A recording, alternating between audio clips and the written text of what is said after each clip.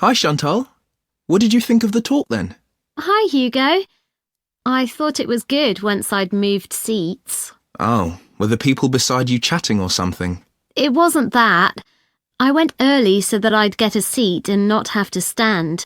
But then this guy sat right in front of me and he was so tall. It's hard to see through people's heads, isn't it? Impossible. Anyway, to answer your question, I thought it was really interesting, especially what the speaker said about the job market. Me too. I mean, we know we're going into a really competitive field, so it's obvious that we may struggle to get work. That's right.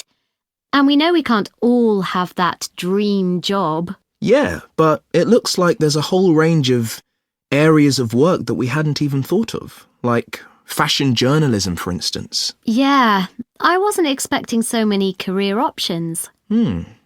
Overall, she had quite a strong message, didn't she? She did. She kept saying things like, I know you all think this, but... And then she'd tell us how it really is. Perhaps she thinks students are a bit narrow-minded about the industry. It was a bit harsh, though. We know it's a tough industry. Yeah, and we're only first years after all. We've got a lot to learn. Exactly. Do you think our secondary school education should have been more career-focused? Well, we had numerous talks on careers, which was good, but none of them were very inspiring. They could have asked more people like today's speaker to talk to us. I agree. We were told about lots of different careers, just when we needed to be, but not by the experts who really know stuff. So, did today's talk influence your thoughts on what career you'd like to take up in the future? Well, I promised myself that I'd go through this course and keep an open mind till the end. But I think it's better to pick an area of the industry now and then aim to get better and better at it. Well, I think we'll just have to differ on that issue. One thing's for certain, though.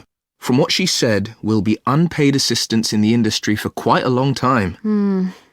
I'm prepared for that. Aren't you? Actually, I'm not going to accept that view. Really? But she knows it's the case, and everyone else says the same. That doesn't mean it has to be true for me. Okay, well, I hope you're right. I thought the speaker's account of her first job was fascinating. Yeah, she admitted she was lucky to get work being a personal dresser for a musician. She didn't even apply for the job, and there she was getting paid to choose all his clothes. It must have felt amazing. Though she said all she was looking for back then was experience, not financial reward. And then he was so mean, telling her she was more interested in her own appearance than his. But she did realise he was right about that, which really made me think.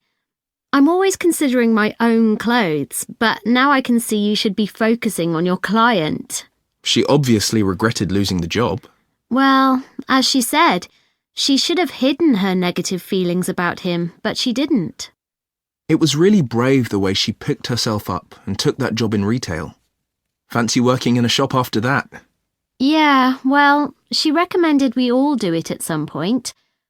I guess, as a designer, you'd get to find out some useful information, like how big or small the average shopper is.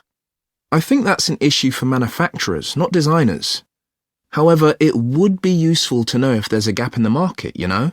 An item that no one's stocking, but that consumers are looking for. Yeah, people don't give up searching. They also take things back to the store if they aren't right. Yeah. Imagine you worked in an expensive shop and you found out the garments sold there were being returned because they fell apart in the wash. Yeah, it would be good to know that kind of thing. Yeah.